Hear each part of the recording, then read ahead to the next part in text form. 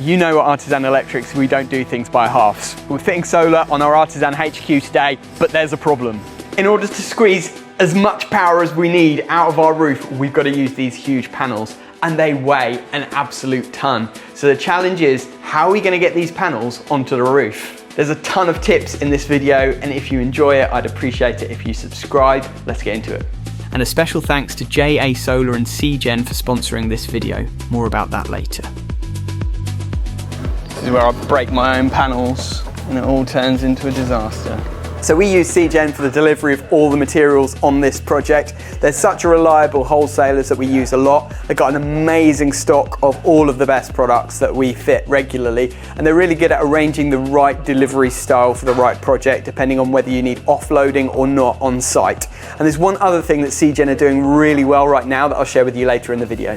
So I'm putting warning tape around these skylights because they're very fragile and we don't want anyone standing on them and falling through. However, we are paneling over them, so we can't just block them off with a rail. So this is part of our safety measures, is just to take them up and give a briefing to everyone to make sure they don't stand on them. Commercial solar is all in the planning, and we've been planning this install for months so that on the day it goes smoothly, or at least that's the plan. And first thing we had to do was make sure that it's all scaffolded up properly with safety rails all the way around, giving us really good access to get all the panels up onto the roof. Now this is what's called a barrel roof, and they're actually trickier than they might look. Calculating how many panels you can fit on a roof like this is not as simple as a normal roof because it's not flat. So with a normal roof you can just measure the edges and you know what the surface area is, right? But because this is curved this way, it's very difficult to measure, and you can't really do it off Google Maps or satellite view. You have to basically physically get up here and measure. So we did that a few weeks ago, and what I found is that we had to drastically change our design versus what we'd originally planned. The reason we had to change our design is these skylights. Now, a lot of people might panel around the skylights if they want to keep the natural light going through the roof, but we're plasterboarding under this skylight, so it's of no use to us whatsoever, and I want to get the maximum amount of generation off this roof, which means we've got to panel over these, but that's where the problem lies, because they're quite wide, and to span a panel across and make sure everything lines up and you don't end up with an edge of a panel in the middle is actually quite tricky. So for that reason we've gone with some huge solar panels on this job, the biggest panels that we've fitted to date. They are 2.3 meters long, and that enabled us to calculate so that we've got sort of the end of a panel here, then an entire panel spanning over this and an entire panel spanning over that one as well. But it has meant that we've had to compromise on one detail which does trigger me slightly. So for all of our high-end projects, we do a full 3D design for our customers as part of our design package, and I'm just looking at the 3D design we've done for ourselves on this project. And you'll see what I mean here. That's a little bit triggering for me is the fact that we've had to use all black panels on the end, and then the larger panels are silver framed panels, so they don't quite match aesthetically. We're just all about aesthetics at Artisan Electrics, and it triggers me a bit that it's not going to be perfect when it comes to aesthetics, but sometimes you've got to choose engineering over aesthetics, and for a sort of commercial industrial style install like this, obviously aesthetics is not always the most important. With some of these beautiful houses that we work on, it's a lot more important, but here I've decided to choose efficiency over the way it looks to get the most power out of this system. Now there are plenty of large solar panels out there on the market, but we chose these because they are bifacial, double glass, superb quality panels from JA as always. Now these panels here are not our standard offering, they're quite special, and that's because we've got such a big roof space. As I explained, we needed to maximise the space, but we have used a selection of our premium panel offering up there as well, because we wanted to try them out on our own HQ, and those panels are pretty special. Let me tell you more about them. JA have launched a low carbon module, this module right here, using a special modern manufacturing process using polysilicon and more recycling. It reduces the carbon by up to 40%. So this is the second time I've bought this cable. If you didn't see it already, we got robbed by a bunch of thieving scum, and they stole all the cables and lots of tools, etc. There's a video up here that we made about it to try and raise awareness. But yeah, unpacking the cable for the second time. Oh, it's heavy. I'm not heavy enough to budge it. I need to put on a few pounds. Gonna have to use the pallet truck. By the way, little update for you guys who have watched the break-in video. The police have now closed down the inquiry. Unfortunately, we couldn't get the reg plate details of the vehicle, but now I've got CCTV everywhere, and this place is like Fort Knox.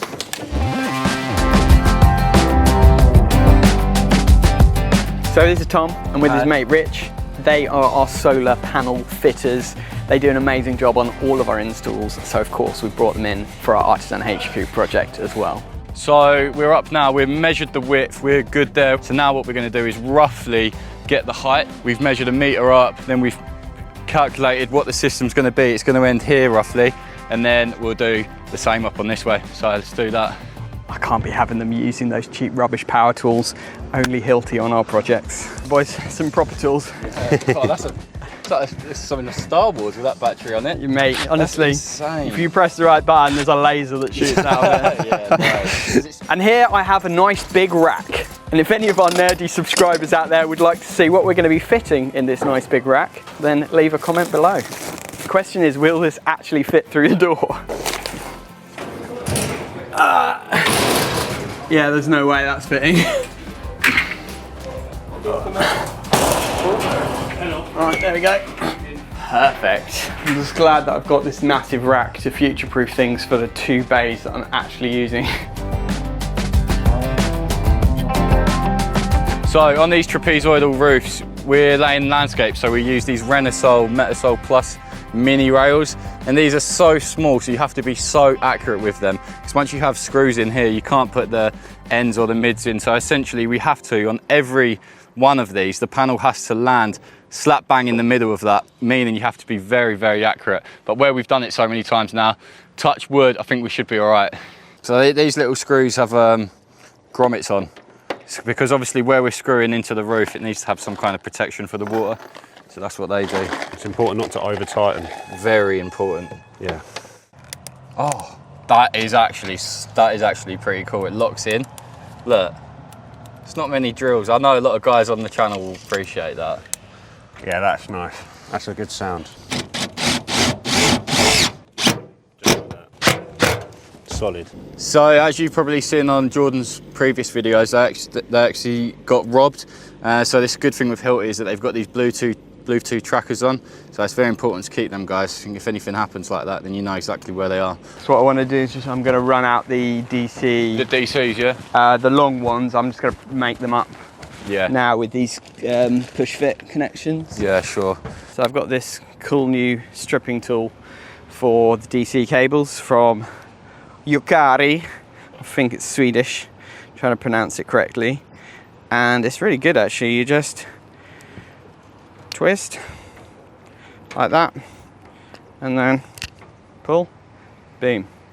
And then we've got these new MC4s that we're using, which are from 𝐒𝐻𝐵, which is probably the best brand of MC4s, the most reliable, but they're the new push fit ones. And I was a little bit dubious about them, but check this out, it's amazing. You literally just push, that's it, solid, and then you just twist that, clamps on. So the reason we're running our DC cable from one side of the roof to the other is the way that we've strung these is one long line of panels on each string. So we've got 4 strings, 15 panels on each string, and it's going from front to back basically. That's because we've got a mix of different panels and we can't put different panels on one string. So these 450 watt all black panels are going to be on their own string, and then each row of the 600 watt panels is going to be on its own string as well.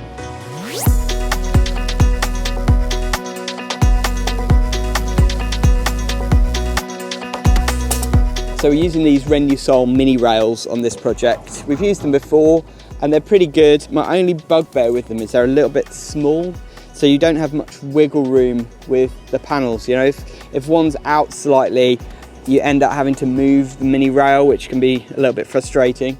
I don't really know why they don't make them just a little bit longer, but what I do like about these is they're quite low profile, which means the panels are very low to the roof as well. So often you don't even need to install bird protection on these kind of roofs because there's just not enough room for the pigeons to get under.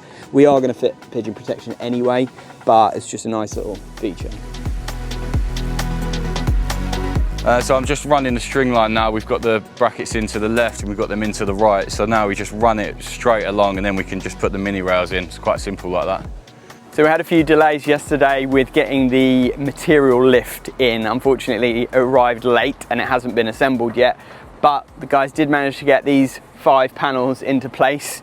So we've kind of got the edge pieces now. It's a little bit like a jigsaw, you know, start with the edge pieces and then work your way in. This will give them a nice kind of set square to work from. So I'll pass you over to Tom to show how they fit the panels.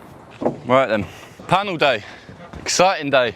So when you're doing trapezoidal roofs like this, I kind of always wonder where I'm going to be putting the DC cables because I don't want to just chuck it down like that. So what we do actually is put a cable tie in there, get that like that, and then we can tuck it in there, meaning that it's off the roof and out the weather. Low carbon is the next step on from traceability. JA use specialised silicon providers that use low carbon methods of production, and the result is a solar panel that has up to 40% less embedded carbon in it than a standard solar module. These calculations are actually certified by a third party to an ISO standard. No other company is currently doing this. Yeah, it does look nice. Once this whole system's done, it's going to look real cool, especially from the drone with that dome and all the panels going like that. You know, it's going to look lovely. Talking about being really accurate on day one, we have been really accurate, but one of them's just slightly off. So, but I mean, everything else is all right because we've remeasured it. So, I feel like I've got the world watching me doing this. Yeah, exactly. Even just you guys' eyes isn't enough. I was going to say that these panels might look a little bit dusty, but they've been stored in Jordan's HQ, so they've gathered a little bit of dust on. As soon as the rain comes, we'll just rinse it all away. Good day, mate. Look at that. That's exactly how you want it. Anyone think we've done this before? Not bad, eh? Not too bad, mate, eh? An important thing to remember when you're laying these panels is to create a gap where there is no mid going, because you can see they're going up like this and you get a 20mm gap, but we want to create one between this as well. So what we do is we take a 𝐻𝐻𝐻𝐻 mid and reverse it so it's easy to grab like this, stick one on that end and one on the other end, and then you butt the panel up and it creates a nice 20mm gap between the panels where there's no mid. So typically when you're installing a trapezoidal roof, we get a bracket to the left and a bracket to the right, but these 600 watt JA panels, 2.3 meters. So what we've done is we've actually put a mini rail in the middle as well, hoping that it's gonna be on there really, really strong. These panels from JA Solar are the panels that I've personally selected that I wanted on our HQ project. And actually we've been using JA Solar panels as our go-to panel for most of our projects for a couple of years now. Let me explain to you why. JA Solar have been #1 for years in the UK with over 1 gigawatt peak of panels installed in 2024 alone.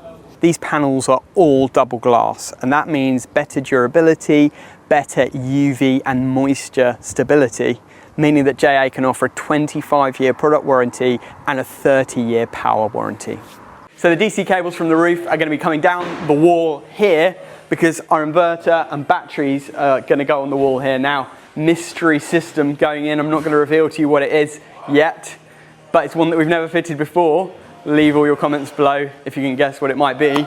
But yeah, the DC is going to come down here. We've got PV Ultra 2-core 6mm cable to go in, and Ruben's mission is to get the scissor lift up and basically mark where the holes need to be drilled so that the roofers can put the flashings in, bring the holes through the roof so that we can get our DC cables through the roof and ready to go into our inverter. Just make sure I'm not ruining the plasterboards from the builders. Yeehaw! Okay, so to the centre of this is about 155. 155. Okay, cool. So we can check that up the top. So we need 4 of these between this screw basically and this screw there. They can pretty much go anywhere because it's going to sit under a panel anyway, or across 2 panels. So I mentioned earlier that 𝐒𝐮 are doing something really interesting right now, and that is that they've built a training academy at their headquarters.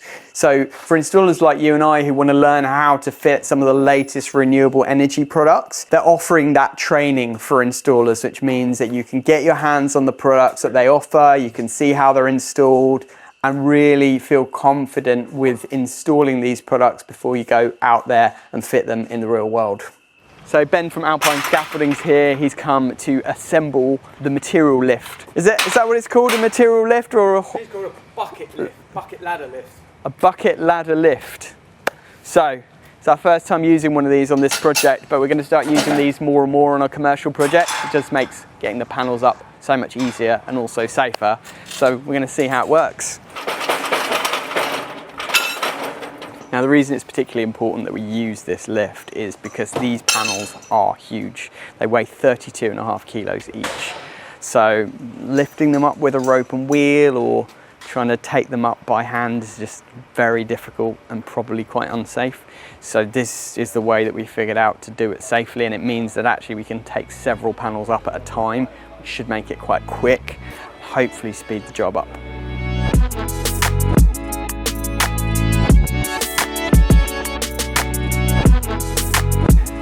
I don't know how we're actually going to fit the panels onto this thing. I think that it's not really designed to have panels. Like, we could really fit one panel on there like that, but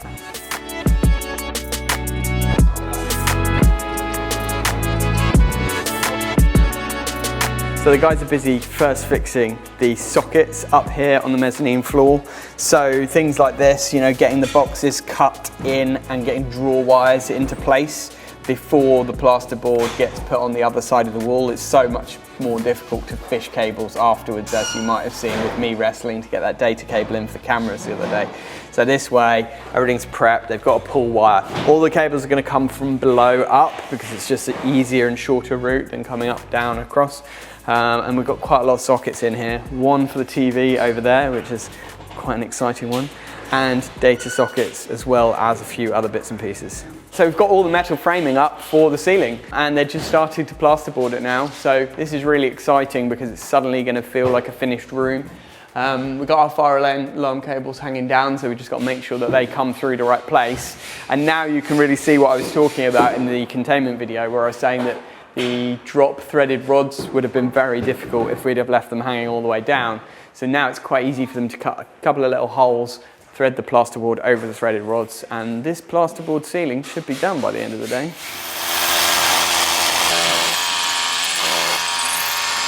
Okay, so we've got the 𝐒𝐿𝐵 lift set up now, but the trouble we're having is where our panels are 2.3 meters, it actually comes up to here and it's resting against here. So what we're trying to do now is come up with something like this. We're going to screw that in there, and then that's hopefully going to take the weight, and then after that, panels are going up.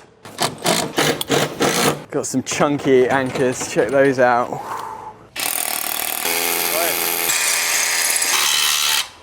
Boom. That's not going anywhere. You got that, mate? Well, that was more hassle than we expected, but we've got it figured out and sort of jerry-rigged into place. These panels are huge, and it's absolutely necessary to use something like this, but it's not perfectly designed for it. So let me know in the comments if you've got a better solution. It's quite an epic moment. JA's integrated traceability system is amazing. It means with every module, you can trace it back to its silicon source. There's no hidden surprises. Every panel, you can read the label on the back and find out where it's from. Reducing the carbon footprint and carbon payback of solar is JA's goal, and only JA can do this as they control the entire production process and have the ability to manage the special silicon. So it's day 3 and we're nearly there with paneling. We've just got our last couple of panels going on, and me and Luke are attending to an important detail here, which is actually earthing the array frame. Because it's a metal trapezoidal roof, what we're doing is basically running a 6mm earth down to the inverter, connecting to one of the panels, and then we're linking between all of the rows of panels so that every panel frame is earthed essentially, so that if anything goes wrong, the inverter will detect it. The inverter does an insulation resistance test constantly, and it will pick it up and it will shut down the system. It's an important safety feature when you've got a metal roof like this. So these are the little earth connections that we're using. It's quite simple really. It's just a lug with an M4 brass screw, a washer, another washer and a nut, and every single solar panel that's sold has earthing points on it. Now in residential systems we very rarely earth them because usually you don't have a metal roof, and usually nobody's going to access the roof under normal circumstances. So even if the array frame was live, it's not really going to do any damage. And the panels are class 2. However, for a metal roof like this, it increases the risk, and also the fact that people might need to come up here for maintenance, for various things. There's more likelihood of somebody touching the frame. So that's why the panels have this provision to be able to do this. So, you can do. Cut a brand new t-shirt today, look. With a Stanley knife. I mean, a good job I didn't cut my stomach. No, but I was like that stripping him. Oh, you would know. You've still not learnt to not cut away from yourself, have you? After that last incident. Yeah, I've had to take me to the hospital. Yeah. Now you might wonder, are we literally running an earth wire to every single panel? Well, no, we're not.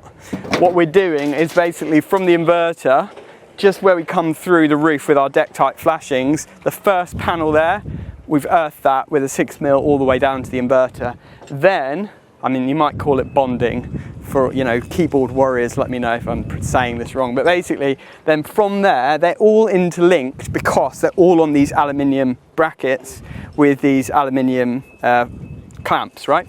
So they're all linked together all the way up to there. Then from there, what we're doing is running a link between every panel along here, then across to this panel, and all the way back. So that way, every single panel is joined together with either a wire or a clamp that holds the panel down, and that way they're all connected back to that earthing point in our inverter.